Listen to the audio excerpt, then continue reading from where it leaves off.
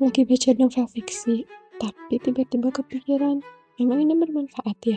Novel fiksi kan gak nyata, gak realistis, dan isinya lebih banyak bohong. Emang bakal penting untuk kehidupan? Coba bahas bareng yuk. Novel fiksi itu emang cerita rekaman, dan bukan kisah nyata. Tapi bukan berarti novel fiksi gak punya nilai dan gak bermanfaat untuk kehidupan. Banyak novel-novel fiksi yang nyisipin refleksi kehidupan, bahkan kritik sosial di dalamnya. Contohnya, Si Putih karya Terelie gak cuma bikin kita hanyut di dunia fantasi, tapi juga ngajarin kesetiaan, pengorbanan, dan persahabatan yang tulus bahkan lintas spesies. Atau After the Rain, novel yang manis tapi dalam, mengajarkan kita soal healing, penerimaan, dan keberanian untuk melangkah lagi setelah kehilangan. Nah, dibanding buku non-fiksi yang bahasanya susah dipahami karena terlalu berat dan akademis banget, novel fiksi itu lebih fleksibel. Jadi, bisa banget dibaca dan dinikmati sama siapa saja dan kapan saja.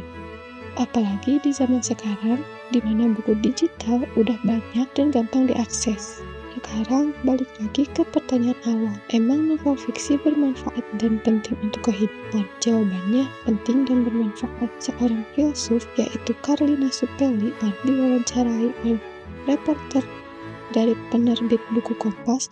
Dia bilang begini, fiksi itu sangat penting. Saya itu dari kecil, hal pertama yang saya baca itu fiksi. Kenapa? Karena dia membuka imajinasi.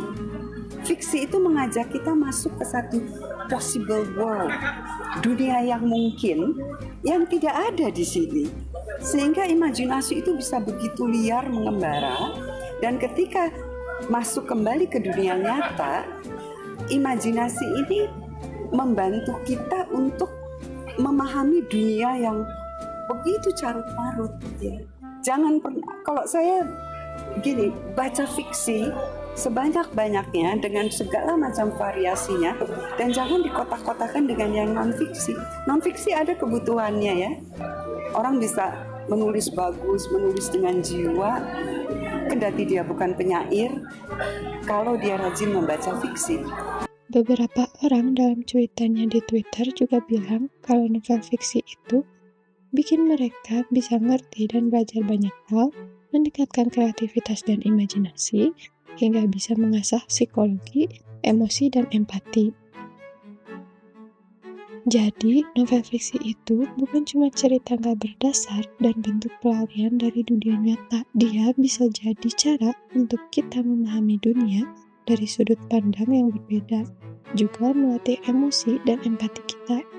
So, jangan remehkan fiksi ya, karena lewat cerita yang gak nyata itu, kita bisa belajar hal-hal yang sangat nyata dalam hidup.